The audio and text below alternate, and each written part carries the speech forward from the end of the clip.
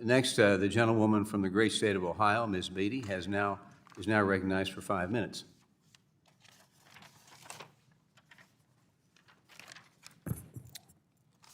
Thank you to our witnesses. We're here today to talk about making community banks great again. Although I think our community banks have always been great.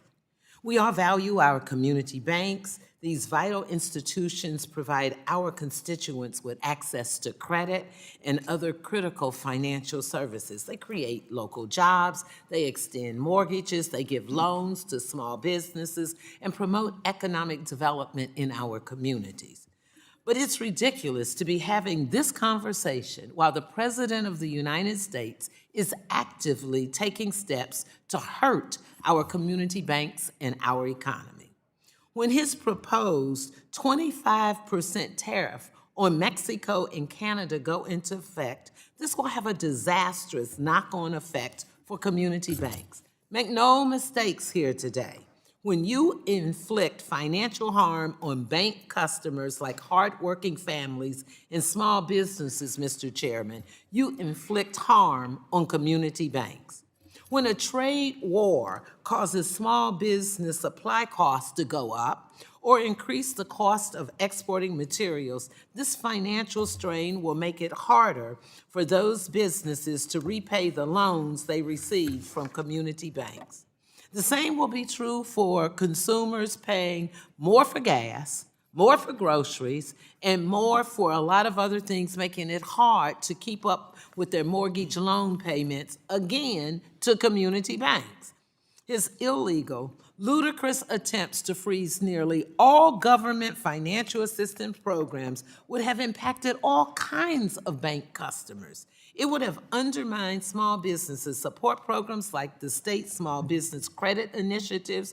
It would hinder CDFIs, including community banks and credit unions, from getting support from the CDFI fund to serve small businesses and underserved communities.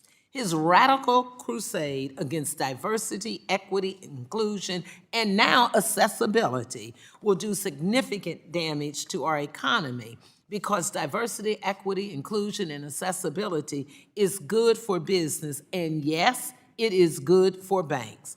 Already, his sweeping, senseless executive orders are creating disastrous, unintended consequences, causing federal agencies to eliminate and completely non-diversity, equity, inclusion, and accessibility-related web pages, materials, resources, and programs. Mr. Chairman, we now have an unelected, unaccountable billionaire with access to the entire federal payment system that disperses trillions of dollars in government expenditures from Social Security payments to tax refunds, creating a data privacy violation of an unprecedented attitude. Mr. Chairman, I hope that all of our colleagues on your side of the aisle are as bothered by this as I am bothered.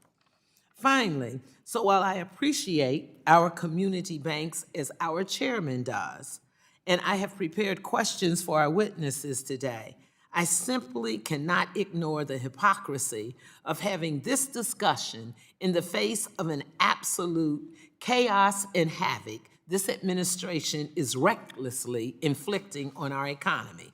With that said, Ms. Rainey, I'd like to direct this question to you.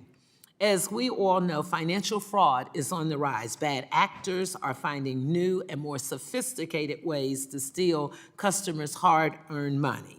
I know that community banks are on the front line of this fight through your Know Your Customer identity verification, financial literacy program, and more.